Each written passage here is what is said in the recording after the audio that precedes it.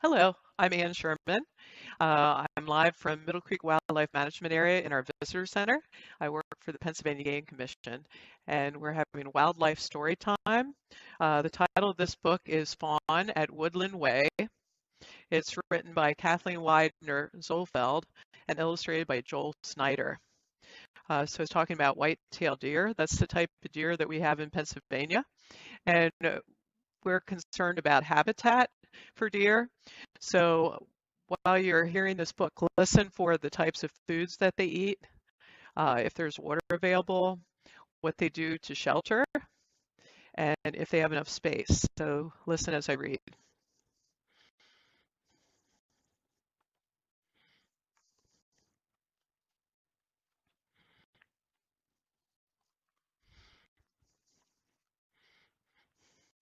Early on a summer morning, a flock of chickadees sings in the oak tree behind the red house on Woodland Way. One little bird flies down to the lilac bush beneath the kitchen window, but just as he lands, the branch begins swaying. A baby deer is tugging hard at one of the lilac leaves.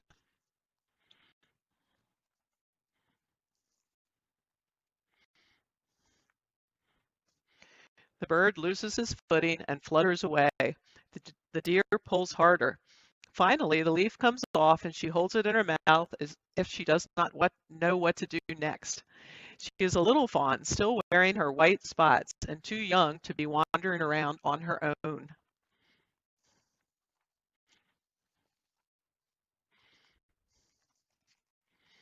Fawn hears an unfamiliar sound at the window above and cocks one ear back listening. She lifts her big brown eyes toward the window and studies it for a few seconds.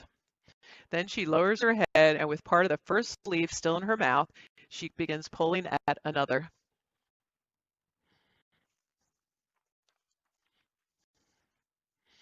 Suddenly, she hears a loud snort from the edge of the woods. Just behind the yard, she looks toward the sound. A big deer appears out of the shadow of the trees, and Fawn freezes in place. It is her mother, following the scent trail to her restless baby who has strayed from her side. Fawn knows the snort is a signal that danger might be near, and she must stay very still.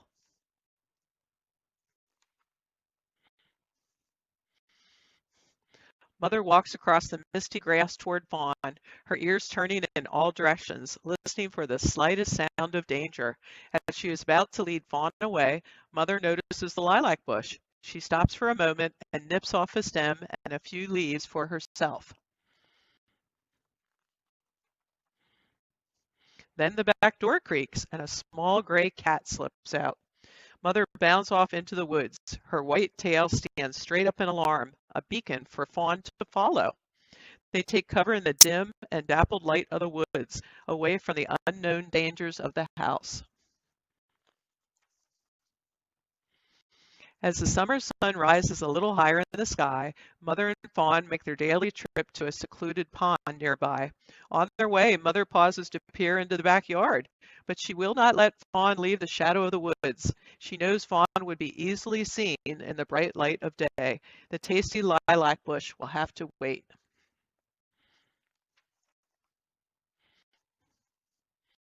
When they reach the pond, Mother wades in up to her belly.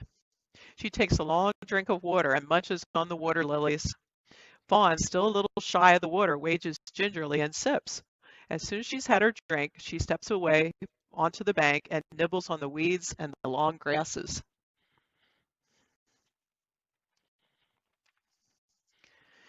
In a stand of maple trees, a flock of crows soon begins making a nervous ruckus.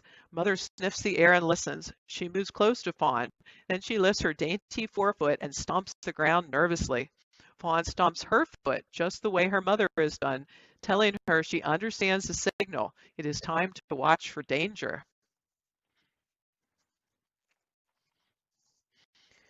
The deep grass rustles near Fawn.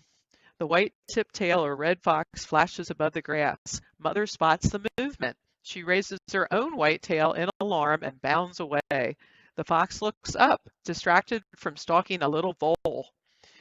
Bravely following Mother's lead, Fawn leaps over every boulder and fallen tree in their path. The fox watches Fawn, but she is much too fast for him.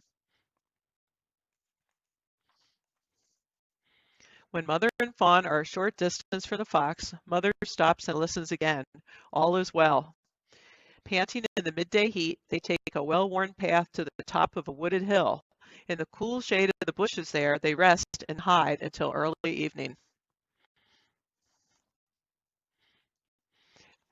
As the sun begins to go down, Mother and Fawn rise and stretch. They follow their own tracks back to the yard where the lilac bush grows. Mother hesitates at the edge of the woods. Her ears swing back and forth, alert.